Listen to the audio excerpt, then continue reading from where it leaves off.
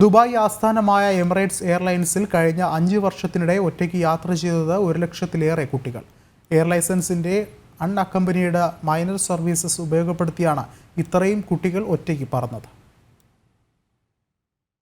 കഴിഞ്ഞ 5 വർഷത്തിനിടെ മുതിർന്നവരുടെ തുണയില്ലാതെ യാത്ര ചെയ്തത് 1,20,000 കുട്ടികളെന്ന കണക്കുകൾ. എയർലൈൻസിന്റെ അൺഅക്കമ്പനീഡ് മൈനർ സർവീസ് ഉപയോഗപ്പെടുത്തി ഈ ആഴ്ചയിൽ മാത്രം 900 കുട്ടികളാണ് വേനലവധിക്ക് നാട്ടിൽ പോയി ഒറ്റയ്ക്ക് മടങ്ങാനിരിക്കുന്നതെന്ന് എമിറേറ്റ്സ് അറിയിച്ചു.